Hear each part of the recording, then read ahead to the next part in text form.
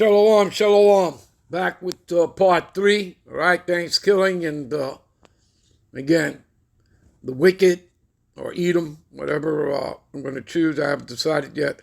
Anyway, what are we looking at here?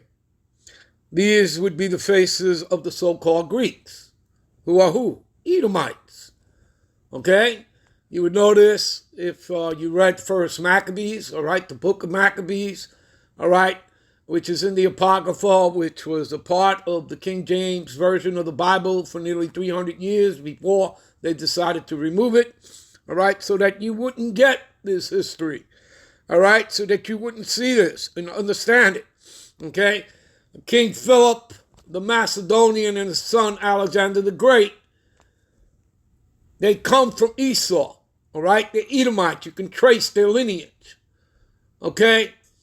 And, you know, after he died, after his reign of 12 years, you know, 4 of the generals of him put on crowns upon their heads and their sons, and evils were multiplied in the earth. And that's what you'll read. Okay? You understand? And of course, this was the third beast that would eventually morph into the fourth and final beast, the Roman Empire. And yeah, Edomites fighting Edomites. What do you think? You think that didn't happen in World War I or World War II here? All right? They've always fought, all right, for who was going to rule. Okay? You understand? So they fought each other all throughout history. All right? But that would also be the downfall. You know, when you read, you know, Daniel, right? And it talks about, you know, the statue, okay? And we're at the feet. The feet represent, the 10 toes represent what? The EU nation. Remember, again, people, who runs this system?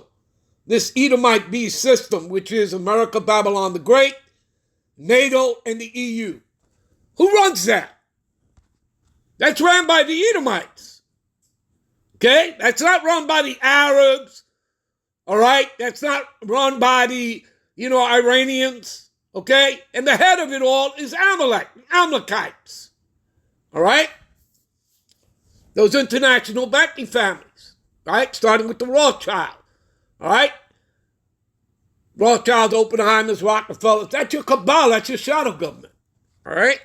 But you see, these are Edomites, people. All right? Now, all that was Japhet. Okay? And Japhet in modern day today would be, you know, your Hawaiians, your Samoans. That was the Japhetic people, the sons of Japhet.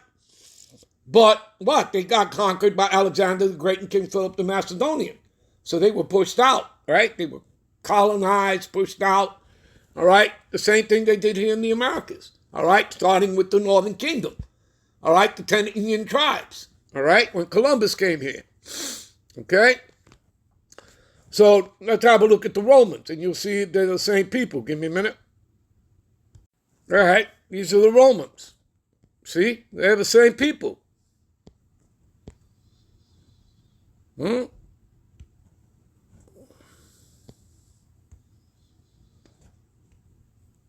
See that? Same people, right? Same people. Okay? And remember that Herod, all right, you could trace his lineage goes back to, what is that? Yeah, his lineage goes back to Antipater, all right, the Idumean. Again, Idumea is just the Greek translation for Edom, people, all right? This is why you have to study and you have to know history, all right? Goes along with the Bible, okay? You're not going to get through it without it, all right?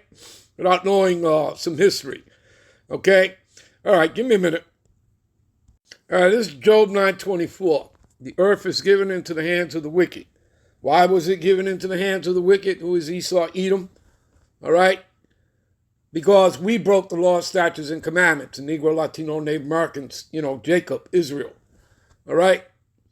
So we were under the covenant, right? Nobody else. us, right? We've already proven that. Now you understand why the earth was given into the hands of the wicked by default, right? But again, it's also to what? To fulfill prophecy, all right? So let's go to this word wicked, all right? He covered the faces of the judges of the Most High, his son, the angels, the Israelites, okay? But let's go to this word wicked, all right? Rasa. Strong's H7563. Rasha. Right, and what does it say here? Wicked, criminal, see? Which goes back to his forefather Cain, right? Who's a fugitive and a vagabond in the earth. Remember, that's the spirit of Cain. Remember, the curse of Cain was that the Lord turned him white. Okay? Do you understand that? Okay? Guilty one, guilty of crime. See, wicked, hostile to God. See, they are against the Lord. And of course, they're going to be against his chosen people.